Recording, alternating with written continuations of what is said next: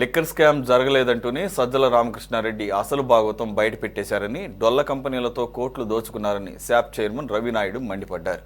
కొడుకు భార్గవరెడ్డిని కాపాడుకునేందుకు సజ్జల కొత్త కథలు అల్లుతున్నారని దుయ్యబట్టారు. హైదరాబాద్లో మోహిత్ రెడ్డికి చెందిన భీమ్ స్పేస్ కంపెనీలో తనిఖీలు చేస్తే సజ్జల భార్గవరెడ్డి వ్యవహారాలు బయటపడ్డాయని చెప్పారు. కోఆర్డినేటరా అనేది మాకు ఇప్పటికీ అర్థం కాలేదు. 11 మంది ఎమ్మెల్యేలు గెలిచారు జగన్మోహన్ రెడ్డి గారితో కలిపి. ఎవరైనా ఏదైనా వస్తే ఇష్యూ బేస్డ్గా గతంలో ఆ శాఖలో పనిచేసిన మంత్రిగా పనిచేసి ఉంటే ఆ మాజీ మంత్రి వచ్చి ప్రెస్ మీట్ పెడతారు ఆ పార్టీ తరఫున, లేకపోతే మాజీ శాసనసభ్యులు ప్రెస్ మీట్ పెడతారు, లేకపోతే ప్రస్తుతం ఉన్న శాసనసభ్యులు పెడతారు, లేకపోతే వాళ్ళ పార్టీ అధ్యక్షుడే ప్రెస్ మీట్ పెడతారు.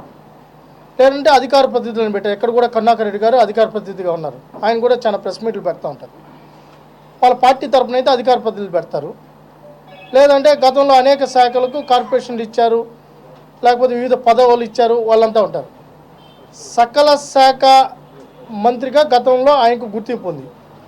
అప్పుడు అధికారంలో ఉన్నప్పుడు కూడా అన్నిటికీ ఆయనే స్పందించేవాళ్ళు. హోంశాఖ అయినా ఆయనే, రెవెన్యూ శాఖ అయినా ఆయనే, ఇరిగేషన్ అయినా ఆయనే, వ్యక్తిగత విషయాలైనా ఆయనే. సిఎస్ పాత్ర ఆయనే పోషించారు, డీజీపీ పాత్ర ఆయనే పోషించారు.